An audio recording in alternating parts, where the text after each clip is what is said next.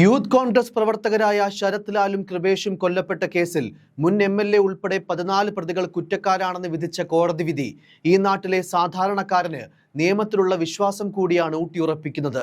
എന്ത് കുറ്റം ചെയ്താലും അധികാരവും സ്വാധീനവും ഉപയോഗിച്ച് രക്ഷപ്പെടാമെന്ന് ധരിക്കുന്ന സർക്കാർ സംവിധാനങ്ങൾക്ക് മേലേറ്റ കനത്ത പ്രഹരം കൂടിയാണ് ഈ കോടതി വിധി.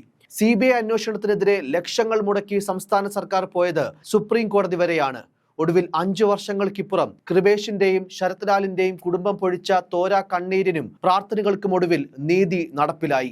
കല്യോട്ടെ യൂത്ത് കോൺഗ്രസ് പ്രവർത്തകരായിരുന്ന കൃപേഷിനെയും ശരത് ലാലിനെയും 2019 ഫെബ്രുവരി 17-നാണ് അതിക്രൂരമായി വെട്ടിക്കൊലപ്പെടുത്തിയത്. ഏച്ചിലടക്കം റോഡിൽ കാറിലെത്തിയ സംഘം ഇരുവരെയും തടഞ്ഞു നിർത്തി ആക്രമിക്കുകയായിരുന്നു. ബൈക്ക് തടഞ്ഞു നിർത്തിയ അക്രമി സംഘം കൃപേഷിനെയും ശരത് ലാലിനെയും അതിക്രൂരമായി വെട്ടിപ്പരിക്കേൽപ്പിച്ചു. കൃപേഷ് സംഭവസ്ഥലത്ത് വെച്ച് തന്നെ മരണപ്പെട്ടു. മംഗളൂരുവിലെ ആശുപത്രിയിലേക്കുള്ള യാത്രാ മധ്യേയായിരുന്നു ശരത് ലാൽ മരണപ്പെട്ടത്. കേസിൽ ഉദുമ മുൻ MLA KV കുഞ്ഞിരാമനും മുൻ ലോക്കൽ സെക്രട്ടറി രാഘവൻ വെളുത്തോളിയും കുറ്റക്കാരാണെന്ന് കോടതി കണ്ടെത്തി. കുഞ്ഞിരാമൻ 20ാം പ്രതിയാണ്. കൊലപാതകത്തിൽ നേരിട്ട് പങ്കെടുത്ത 1 മുതൽ 8 വരെ പ്രതികൾക്കെതിരെ കൊലക്കുറ്റം തെളിഞ്ഞു. കേസിൽ എറണാകുളം CBI പ്രത്യേക കോടതിയാണ് വിധി പറഞ്ഞത്. 20 മാസത്തോളം നീണ്ട വിചാരണ നടപടികൾക്ക് ശേഷമാണ് കേസിൽ നിർണായക വിധി വന്നത്. CPM നേതാക്കൾ ഉൾപ്പെടെ കേസിൽ 24 പ്രതികളാണ് ഉണ്ടായിരുന്നത്.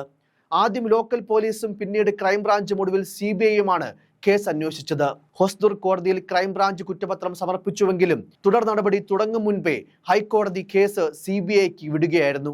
കുറ്റപത്രം സമർപ്പിച്ച വേളയിൽ കീഴ്ക്കോടതിയുടെ വിമർശനങ്ങളും ക്രൈംബ്രാഞ്ച് അന്വേഷണ സംഘം ഏറ്റുവാങ്ങിയിരുന്നു. 2 വർഷത്തോളം നടന്ന വിചാരണയാണ് CBI കോടതിയിൽ നടന്നത്. മുൻ MLAയും CPM ജില്ലാ സെക്രട്ടേറിയറ്റ് അംഗവുമായ KV കുഞ്ഞിരാമൻ, കാഞ്ഞങ്ങാട് ബ്ലോക്ക് പഞ്ചായത്ത് പ്രസിഡന്റും CPM മുൻ ഉദുമ ഏരിയ സെക്രട്ടറിയുമായ K Manikandan, party Pakkam Periya local സെക്രട്ടറിമാരായിരുന്ന വെളുത്തോളി രാഘവൻ, N ബാലകൃഷ്ണൻ തുടങ്ങി 24 പ്രതികളാണ് CBIയുടെ കുറ്റപത്രത്തിൽ ഉണ്ടായിരുന്നത്. ഇതിൽ 14 പേരെ ക്രൈംബ്രാഞ്ചാണ് അറസ്റ്റ് ചെയ്തത്. ആദ്യം അറസ്റ്റിലായ 14 പേരിൽ 11 പേർ വിയൂർ സെൻട്രൽ ജയിലിലും പ്രതിപ്പട്ടികയിൽ CBI ചേർത്ത 10 പേരിൽ അന്ന് CPM ഏച്ചിലടക്കം ബ്രാഞ്ച് സെക്രട്ടറി ആയിരുന്ന P രാജേഷ് ഉൾപ്പെടെ 5 പേർ കാക്കനാട് ജയിലിലുമാണ് കഴിഞ്ഞത്. CBI അന്വേഷണത്തിനെതിരെ സംസ്ഥാന സർക്കാർ പോയത് സുപ്രീം കോടതി വരെയാണ്. അതിനായി ചെലവഴിച്ചതാകട്ടെ ലക്ഷങ്ങളും. CPMന്റെ ജില്ലാ നേതാവ് മുതൽ പ്രാദേശിക നേതാക്കൾ വരെ പ്രതികളായ പെരിയ ഇരട്ടക്കൊല കേസിൽ അത്രയേറെയാണ് ഇടതു സർക്കാർ CBI അന്വേഷണത്തെ എതിർത്തത്. പക്ഷേ സുപ്രീം കോടതി വരെ അപ്പീലുമായി പോയിട്ടും പെരിയയിലേക്ക് CBI സംഘമെത്തി. CPM നേതാക്കൾ ഒടുവിൽ പ്രതികളുമായി. ഒടുവിൽ 5 വർഷങ്ങൾക്കിപ്പുറം കേസിൽ വിധിയും വന്നു. 2019 ഫെബ്രുവരി 17-ന് രാത്രി 7:36-ഓടെയാണ് കേരളത്തെ നടുക്കിയ പെരിയ ഇരട്ടക്കൊലപാതകം അരങ്ങേറിയത്. പെരിയ കല്യോട്ടെ യൂത്ത് കോൺഗ്രസ് പ്രവർത്തകരായ കൃപേഷിനെയും ശരത് ലാലിനെയും അതിക്രൂരമായാണ് നിഷ്ഠൂരമായാണ് കൊലയാളി സംഘം നടുറോഡിലിട്ട് വെട്ടിനുറുക്കിയത്. കല്യോട്ട് കൂരാങ്കര റോഡിൽ ബൈക്കിലെത്തിയ കൃപേഷിനെയും ശരത് ലാലിനെയും അക്രമി സംഘം തടഞ്ഞു നിർത്തുകയും ക്രൂരമായി വെട്ടിപ്പരിക്കേൽപ്പിക്കുകയുമായിരുന്നു. മാരകമായി വെട്ടേറ്റ കൃപേഷ് സംഭവ സ്ഥലത്ത് തന്നെ മരണപ്പെട്ടു. ഗുരുതരമായി പരിക്കേറ്റ ശരത് ലാൽ മംഗളൂരുവിലെ ആശുപത്രിയിലേക്കുള്ള വഴിമധ്യേയും മരണത്തിന് കീഴടങ്ങി. കല്യോട്ട് നടന്നത് രാഷ്ട്രീയ കൊലപാതകമാണെന്നും പിന്നിൽ CPM ആണെന്നും സംഭവത്തിന് പിന്നാലെ കോൺഗ്രസ് UDF നേതാക്കൾ ആരോപിച്ചു. CPMനെതിരെ പ്രതിപക്ഷത്തിന്റെ പ്രതിഷേധം കനത്തു. ഇതിനിടെ കൊലപാതകം നടന്ന് 2ാം ദിവസം CPM ലോക്കൽ കമ്മിറ്റി അംഗം A പീതാംബരൻ അറസ്റ്റിലായി. പിന്നാലെ 2ാം പ്രതിയും CPM പ്രവർത്തകനുമായ സജി ജോർജും പോലീസിന്റെ പിടിയിലായി. കല്യോട്ടെ ഇരട്ടക്കൊലയിൽ പ്രതിഷേധം കനത്തതോടെ പിണറായി സർക്കാർ അന്വേഷണം ക്രൈംബ്രാഞ്ചിന് വിട്ടു. പിന്നാലെ 5 CPM പ്രവർത്തകരും CPM ഏരിയ സെക്രട്ടറി അടക്കമുള്ളവരും കേസിൽ അറസ്റ്റിലായി. ഇതിനിടെ 2019 ലോക്സഭാ തിരഞ്ഞെടുപ്പിൽ പെരിയ ഇരട്ടക്കൊല പ്രധാന പ്രചാരണ വിഷയമായി. ശരത് ലാലിനെയും കൃപേഷിനെയും കൊലപ്പെടുത്തിയവർക്ക് വോട്ടില്ലെന്ന് പറഞ്ഞ് കോൺഗ്രസും UDFും ലോക്സഭാ തിരഞ്ഞെടുപ്പ് പ്രചാരണം നയിച്ചു. ലോക്സഭാ തിരഞ്ഞെടുപ്പിൽ സംസ്ഥാനത്തെ 20 സീറ്റുകളിൽ 19 നേടി UDF മിന്നും ജയം നേടി. LDF ഒരൊറ്റ സീറ്റിൽ ഒതുങ്ങി. അതേസമയം പെരിയ ഇരട്ടക്കൊല കേസിൽ ക്രൈംബ്രാഞ്ച് സംഘം ഹൊസ്ദുർ കോടതിയിൽ കുറ്റപത്രം സമർപ്പിച്ചെങ്കിലും കേസിൽ CBI അന്വേഷണം വേണമെന്ന ആവശ്യമുയർന്നിരുന്നു. ക്രൈംബ്രാഞ്ച് അന്വേഷണം ശരിയായ ദിശയിലല്ല നടന്നതെന്നും കൊലപാതകത്തിന്റെ ഗൂഢാലോചനയിലടക്കം കൂടുതൽ പേർക്ക് പങ്കുണ്ടെന്നും ഇവരൊന്നും ക്രൈംബ്രാഞ്ചിന്റെ പ്രതിപട്ടികയിൽ ഇല്ലെന്നും ആരോപണമുയർന്നു. CBI അന്വേഷണം ആവശ്യപ്പെട്ട് ശരത് ലാലിന്റെയും കൃപേഷിന്റെയും മാതാപിതാക്കൾ ഹൈക്കോടതിയെ സമീപിച്ചു. എന്നാൽ CBI അന്വേഷണമെന്ന ആവശ്യത്തെ സംസ്ഥാന സർക്കാർ ഹൈക്കോടതിയിൽ എതിർത്തു. പക്ഷേ ക്രൈംബ്രാഞ്ചിന്റെ കുറ്റപത്രം റദ്ദാക്കിയ ഹൈക്കോടതി സിംഗിൾ ബെഞ്ച് അന്വേഷണം CBIക്ക് കൈമാറി. ക്രൈംബ്രാഞ്ച് സമർപ്പിച്ച കുറ്റപത്രത്തിൽ ഒരുപിടി സംശയങ്ങൾ ഉന്നയിച്ചാണ് ഹൈക്കോടതി സിംഗിൾ ബെഞ്ച് അന്വേഷണം CBIക്ക് വിട്ടത്. CPM നേതാവിന്റെ മൊഴി വേദവാക്യമായി എടുത്താണ് ക്രൈംബ്രാഞ്ച് അന്വേഷണം നടത്തിയതെന്നും ഹൈക്കോടതി പരാമർശിച്ചിരുന്നു.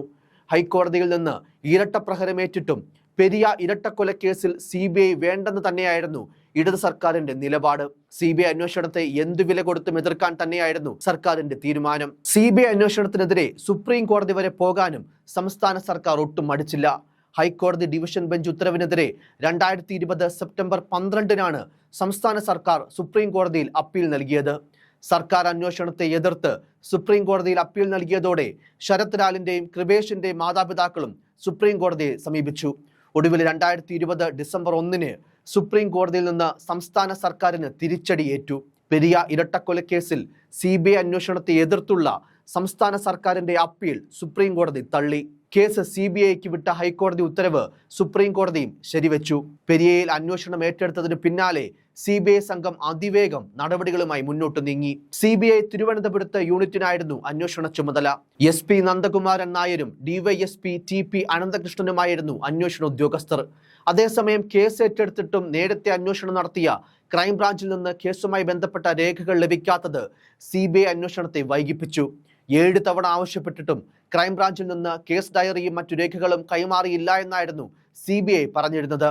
ഇതോടെ ക്രൈംബ്രാഞ്ചിനെതിരെ CBI സമൻസ് പുറപ്പെടുവിപ്പിക്കുന്ന അസാധാരണ സാഹചര്യവും ഉണ്ടായി. പെരിയയിൽ CBI വന്നതോടെ CPMന്റെ ജില്ലാ നേതൃത്വത്തിലേക്കും അന്വേഷണം എത്തി. CPM ഏരിയ കമ്മിറ്റി ഓഫീസിലടക്കം CBI സംഘം റെയ്ഡ് നടത്തി. മുൻ MLAയും CPM ജില്ലാ സെക്രട്ടേറിയറ്റ് അംഗവുമായ KV കുഞ്ഞിരാമൻ ഉൾപ്പെടെ കേസിൽ പ്രതികളായി. ഇവരെയെല്ലാം CBI അറസ്റ്റ് ചെയ്തു. നേരത്തെ ക്രൈംബ്രാഞ്ച് സമർപ്പിച്ച കുറ്റപത്രത്തിൽ CPM പെരിയ ലോക്കൽ കമ്മിറ്റി അംഗമായിരുന്ന A പീതാംബരൻ ഉൾപ്പെടെ 14 പ്രതികളാണ് ഉണ്ടായിരുന്നത്. എന്നാൽ 2021 ഡിസംബർ 3-ന് CBI സംഘം സമർപ്പിച്ച കുറ്റപത്രത്തിൽ പ്രതികളുടെ എണ്ണം 24 ഉയർന്നു. കേസിൽ 1000-ലധികം പേജുകളുള്ള കുറ്റപത്രമാണ് CBI സംഘം എറണാകുളം CJM കോടതിയിൽ സമർപ്പിച്ചത്. 325 സാക്ഷികളാണ് കേസിലുള്ളത്. 200-ലധികം രേഖകളും കോടതിയിൽ ഹാജരാക്കി. പീതാംബരനും ശരത് ലാലും തമ്മിലുള്ള കുടിപ്പകയാണ് കൊലപാതകത്തിൽ കലാശിച്ചതെന്നായിരുന്നു നേരത്തെ ക്രൈംബ്രാഞ്ചിന്റെ കണ്ടെത്തൽ. എന്നാൽ പെരിയയിൽ നടന്നത് രാഷ്ട്രീയ ഗൂഢാലോചനയും രാഷ്ട്രീയ കൊലപാതകവുമാണെന്ന് CBIയുടെ കുറ്റപത്രത്തിൽ പ്രത്യേകം എടുത്തു പറയുന്നുമുണ്ട്. ബസ് കാത്തിരിപ്പ് കേന്ദ്രത്തിലും CATU പ്രവർത്തകരുടെ വിശ്രമ കേന്ദ്രത്തിലും ഉൾപ്പെടെ 3 വട്ടമാണ് പ്രതികൾ കൃത്യം നടത്താനായി ഗൂഢാലോചന നടത്തിയതെന്നും കുറ്റപത്രത്തിൽ ചൂണ്ടിക്കാണിച്ചിരുന്നു. കേസിലെ 24 പ്രതികളിൽ 8 പേർക്ക് പിന്നീട് ജാമ്യം ലഭിച്ചു. ബാക്കി പ്രതികളെല്ലാം ഇപ്പോഴും ജയിലിൽ തുടരുകയാണ്. News desk, focus news TV.